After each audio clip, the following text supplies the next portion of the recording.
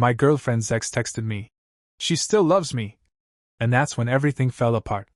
Hi, I'm Mason, 29, and the night my relationship imploded started with a drunk text from a man I'd never met but apparently had been living rent-free in my girlfriend's heart for our entire 18 months together.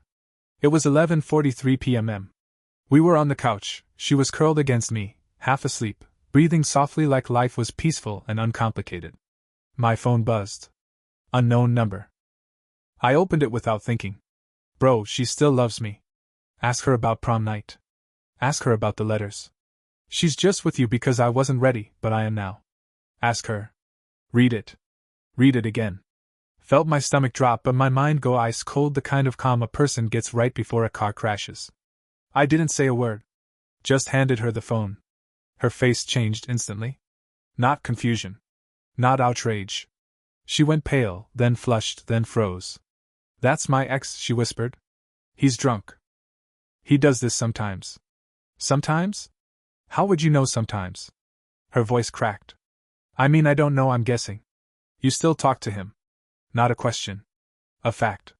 A truth she knew I'd already seen on her face. Then came the tears. Real ones? But I'd spent my 20s learning that tears don't fix truths, they just decorate them.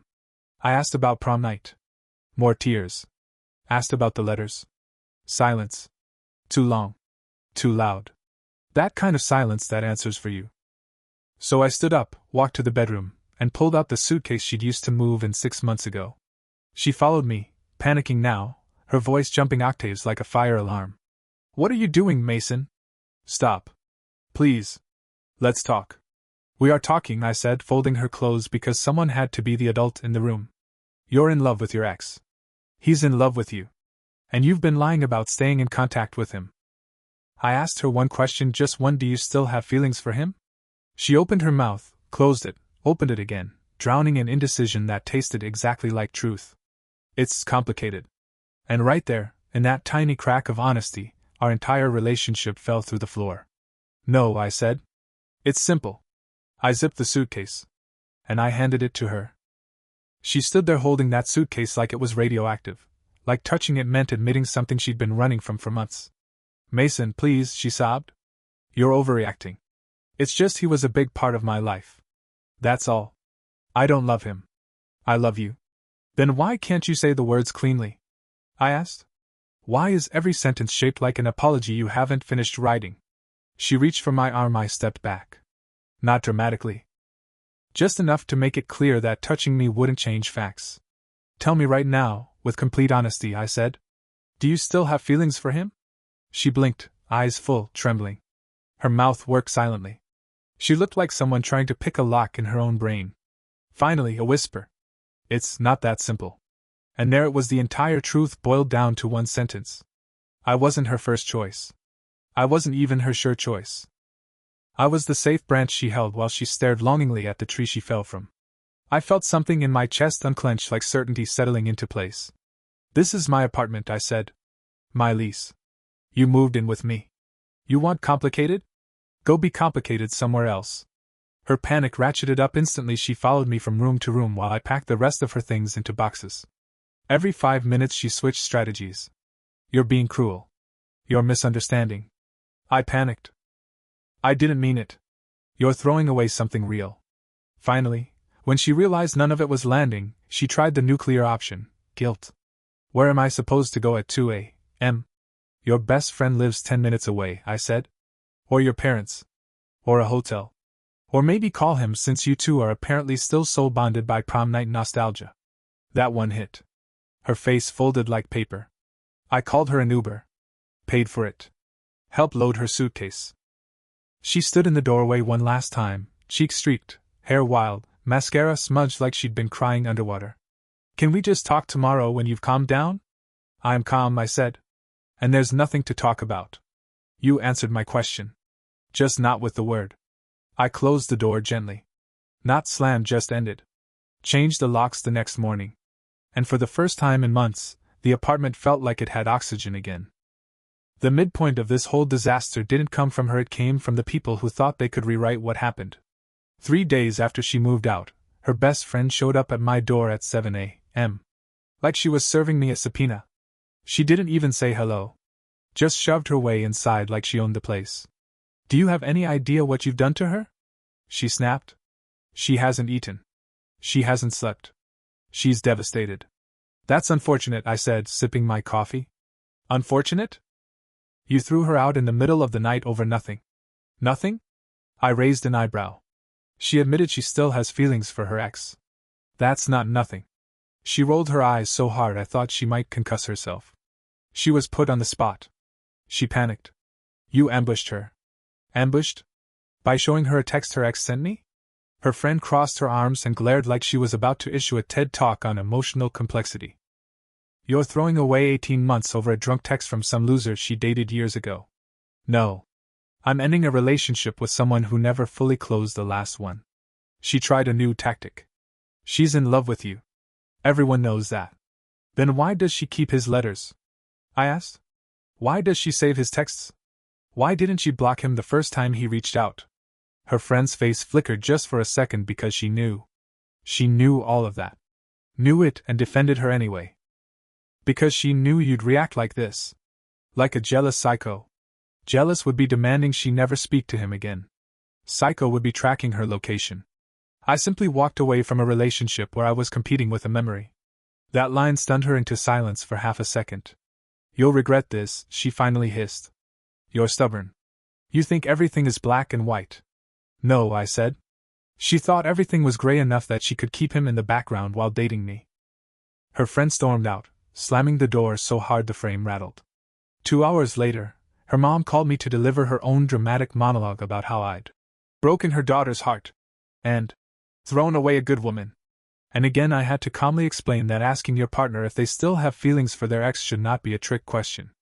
That night, her ex himself slid into my Instagram DMs to assure me that none of this was his fault, and he never meant to cause problems. I didn't respond kindly. But the real turning point? The moment I realized I wasn't dealing with a breakup, I was dealing with an entire ecosystem built on protecting her feelings at the expense of reality. And I was done playing caretaker to a woman who couldn't say a simple yes or no without breaking into pieces. Things were about to get louder. Much louder. But that was the moment I knew I'd made the right decision. By day 5, the whole situation mutated into something between a soap opera and a neighborhood watch alert. Because she showed up. At my door. Unannounced. At 7 p.m. on a Friday, looking like she'd slept in her clothes and cried through her makeup. Hair in a messy bun, sleeves pulled over her hands, voice small enough to fit in a pocket. We need to talk, she said. No, we don't. Yes, we do. You can't just shut me out like this. I deserve a conversation. You got one, I said. Last Saturday. It ended with you saying it's complicated when I asked if you still had feelings for him. I didn't say I still had feelings. I said it was complicated. Same thing. It's not the same thing, she insisted, and her voice cracked on the word not. I was overwhelmed. You blindsided me with that question. It was a yes or no. That made her cry harder, ugly crying, the full performance. She stepped closer, wiped her cheeks with her sleeves, and whispered, Why are you being so cruel? Cruel? Me? I'm the guy who didn't yell. Didn't call names. Didn't kick her out. I packed her things neatly and called her an Uber so she wouldn't have to wander in the dark. I'm being respectful, I said. And honest. 2 things you weren't. That one hit hard. She shifted tactics again. I should have told you about him, she whispered. I was scared. I thought you'd react exactly like this. Of course I would react like this, I said. Anyone with self-respect would. Her face twisted, hurt, defensive, ashamed, all at once. You never fought for us, she said suddenly. You didn't even try. You just gave up. Ah. There it was. The truth behind the tears. You wanted me to fight for you, I said slowly. You wanted a dramatic moment. You wanted to feel chosen. Special. 2 guys competing for your heart. She didn't deny it. She couldn't. That's not fair, she whispered. It's honest. Her silence confirmed it. She wanted me to beg her to stay, to win her against a man she'd already emotionally chosen years ago. She wanted the cinematic version of love where the good guy gives speeches and the bad boy reforms and she stands in the middle like a prize. But I wasn't playing that game. I don't compete for my own girlfriend's affection, I said quietly. Either you want to be with me or you don't. And you proved you don't. She broke again, hands to her face, sobbing. The kind of crying meant to pull sympathy out of you like a hook. But I'd run out of sympathy. Tell me I'm wrong, I said. Tell me you don't still think about him. Tell me you don't still wonder what if. Her mouth opened. No sound. Not a single word. That silence was the clearest sentence she ever spoke. I opened the door. Good night, I said. And goodbye. She took one shaky breath, stepped into the hallway, and whispered, You're going to regret this. I shook my head. No. I'm finally respecting myself. And I closed the door. By week 2, the breakup stopped being a breakup and evolved into a full-scale campaign. Not from her own nose, she'd apparently recruited half her orbit to fight the war she couldn't win on her own. It started with a letter. Yes. A physical letter. Slipped under my door like she was auditioning for a Victorian drama. 6 pages, front and back. I know because I checked before dropping it straight into the trash.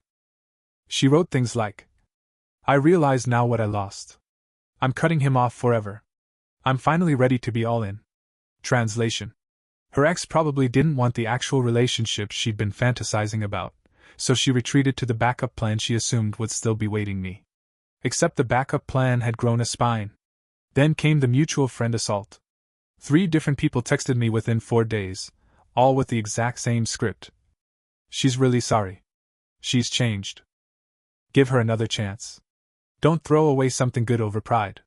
And every time I asked them, Did she tell you? She said, It's complicated. When I asked if she still had feelings for him? Silence. Backtracking. One guy even tried. Well, she said. She panicked. Nope.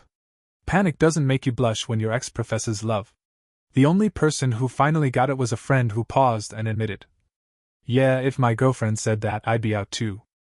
Honestly, it was refreshing hearing common sense spoken out loud. But then, because every disaster needs an escalation, her brother called me. A guy I'd met twice. Tops. He started with a soft approach. Look, man, she's not in a good place. She's barely eating. She cries all the time. She keeps saying she needs closure. She had closure. She created the closure. He asked if I'd meet her for coffee. I asked if she told him the real reason we broke up. She said you guys fought about her ex. Not quite. I asked if she still had feelings for him. She said, It's complicated. Silence on the line. That long, awkward silence when someone finally gets the math. So you won't meet her? Nope. You're really done? Yes. Completely. And for the first time in this entire saga, I heard honesty in his voice when he muttered, Can't say I blame you. But the chaos didn't stop. Because a few days later, she escalated to something I truly didn't see coming. Public manipulation. Her best friend posted a photo of her crying on Instagram with the caption, When someone gives up on you instead of fighting for what you had. I stared at the post for a full minute, exhaled, and replied calmly, When someone admits they still have feelings for their ex, walking away isn't giving up. It's self-respect. She deleted the post within the hour. Then came the fake Google review on my company page. Then her mom calling my mom. Then a coordinated grocery store ambush I barely escaped. It became obvious. This wasn't heartbreak. This was entitlement. This was a woman furious that the man she kept as a safety net climbed out before she could fall onto him. And the worst part? This was only the beginning. 2 weeks in, I thought the chaos had peaked. I was wrong. It hadn't even stretched yet. Because the next escalation hit me in the middle of the grocery store of all places while I was just trying to buy pasta like a normal man healing from a breakup. I turned into the pasta aisle and froze. There they were. Her mom, her best friend. All 3 standing shoulder to shoulder like some kind of emotional firing squad. We need to talk, her mom commanded, like I was being summoned to court. No, we don't. Her best friend stepped in front of my cart like a mall cop with authority issues. You don't get to walk away from this. Actually, that's exactly what walking away is. Moving. Away. I gestured helpfully. But they surrounded me, literally surrounded, blocking the aisle so completely a poor old man with a bag of elbow macaroni had to turn around and flee. Then my ex spoke. Just 5 minutes. Please. I need closure. I took a deep breath.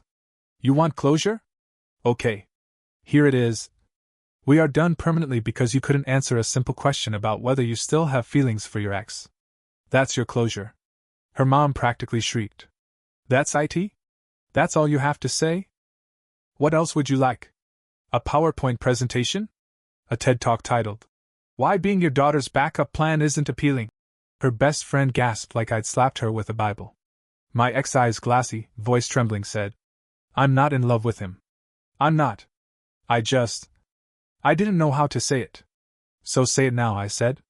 "Say the words clearly. Tell me he is completely out of your heart. Tell me you don't still think about him. Tell me you don't still wonder what if." She opened her mouth. Nothing came out. Just like the night I packed her things. Just like every time truth cornered her. I nodded slowly. That's what I thought. Her mom tried one last swing. "You're making the biggest mistake of your life." I pushed my cart past them. No. The biggest mistake would have been staying with someone who needed 3 weeks, 12 people, and a grocery store ambush to still not give me a straight answer.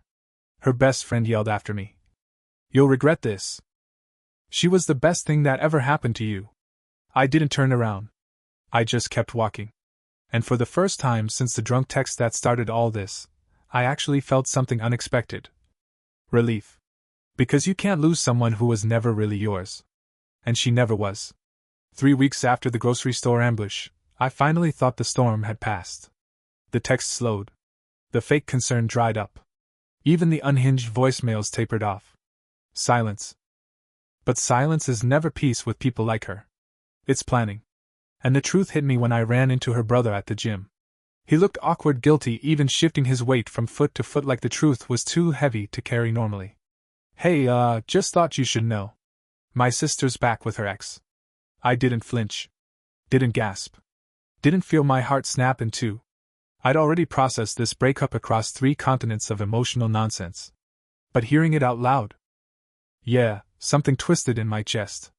Not heartbreak, just clarity. "When did that happen?" I asked. "About 3 weeks ago. He moved back for work. There. Taking it slow." He even did air quotes, like he couldn't commit to the lie. He hesitated, then added, "Look, man. I owe you an apology. You were right. She wasn't over him. At all. When you left, she spent every day talking about him. Wondering if he still wanted her. Wondering if she should reach out." He glanced down, embarrassed for her. "She convinced herself she loved you because you were safe. But she never let go of him." That hit harder than anything her mother screamed at me in the pasta aisle. Then he said the part that actually stunned me. "They were talking the entire time you two were together." My stomach dropped. "What?" "Late night texts. Phone calls while you were at work. She kept him warm, man. She kept him, waiting. 18 months. 18 months of my life spent building with someone who was emotionally living somewhere else." I just nodded. "Thanks for telling me." He sighed. "For what it's worth, you handled this way better than I would've. If my girlfriend ever did that, I'd be in jail." I laughed, because what else do you do when the universe hands you irony in a gym locker room? He walked off, and I stood there staring at my reflection in the mirror. Not sad. Not devastated. Just staring at a guy who finally understood the truth. I hadn't lost her. I dodged her. And maybe, just maybe, she wasn't the heartbreak. She was the close call. The real ending didn't hit me until a week later, quietly, stupidly, through a screenshot my buddy sent at 10 a.m. on a Tuesday. A photo of her and the ex. His arm around her waist. Her looking up at him like she just won a prize at a carnival. Caption: "Sometimes the right person is worth waiting for." I stared at the screen, blinked once, then actually laughed. Loud. The kind of laugh that's half disbelief, half, "Of course." Because that was the story she was choosing to tell the world. Not that she spent our entire relationship emotionally cheating. Not that she never let him go. Not that she kept me warm while waiting for him to be ready. No, she was the devoted soul who waited for true love. I should have been angry. Or hurt. Or offended on behalf of my own dignity. But honestly, I just felt lighter. The truth wasn't ugly anymore, it was freeing. She didn't choose him over me. She'd always been with him. I was just the layover between her flights. That night, I deleted everything: screenshots, voicemails, old photos. Cleared the slate. Not out of spite, but because I wanted my brain back. The next morning, I had therapy. First session in a long time. My therapist asked, "Are you angry?" I thought about it. "No," I said. "I'm disappointed in her, sure. But mostly in myself. For ignoring every red flag because I wanted it to work. How many clues did I discard? The random nostalgia she'd get when certain songs played. The box of her ex's stuff she forgot to throw away. The way she'd compare us sometimes softly, like compliments with broken glass inside." My therapist nodded. "And how do you feel now?" I took a breath. Like I finally walked out of a room I didn't realize was on fire. It wasn't heartbreak. It was clarity. Because the truth was simple. I wasn't losing a soulmate. I was letting go of someone who couldn't choose me even with a multiple choice answer key. And for the first time in a long time, I realized something incredibly important. I wasn't the backup plan. I was the exit strategy. And I was done being anyone's emergency door. A month after the dust settled, I found myself doing something wildly ordinary, making breakfast in a quiet apartment that finally felt like mine again.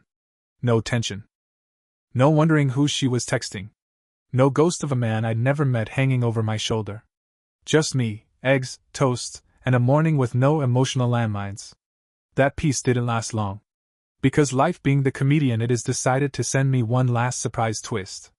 I was at a coffee shop, waiting for my order, when someone slid into the seat across from me. Her brother. Again. He was holding a to-go cup and looking like he'd spent the last month realizing his whole family lived inside a tornado. He didn't waste time. "Listen," he said. "I need to tell you something."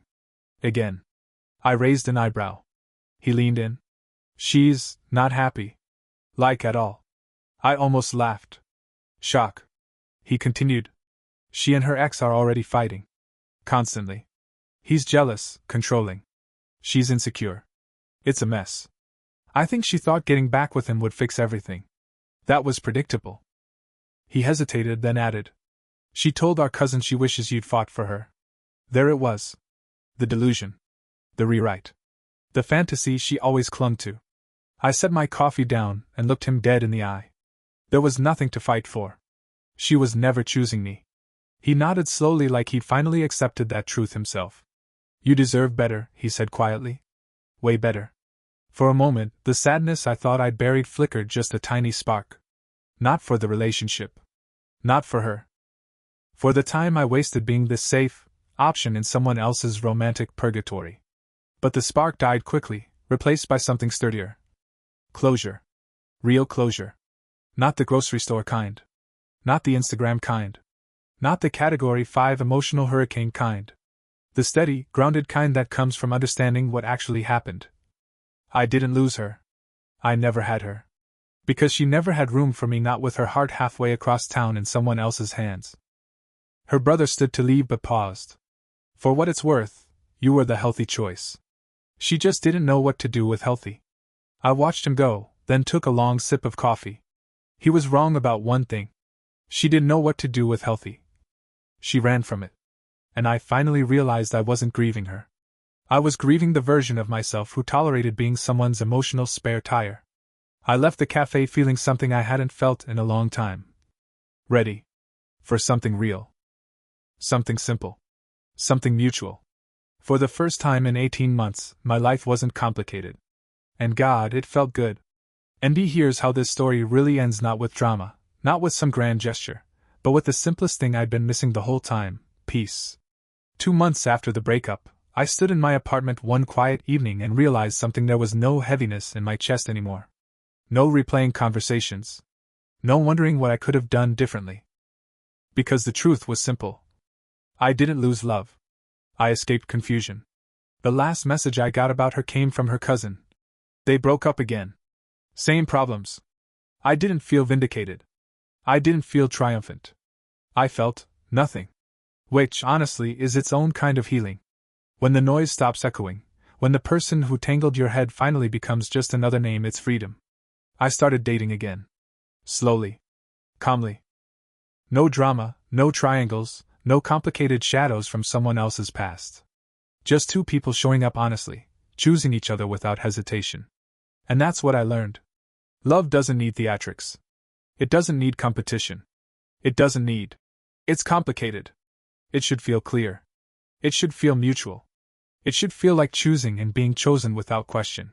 She can have her complicated. I choose simple. And simple, it turns out, feels like finally breathing.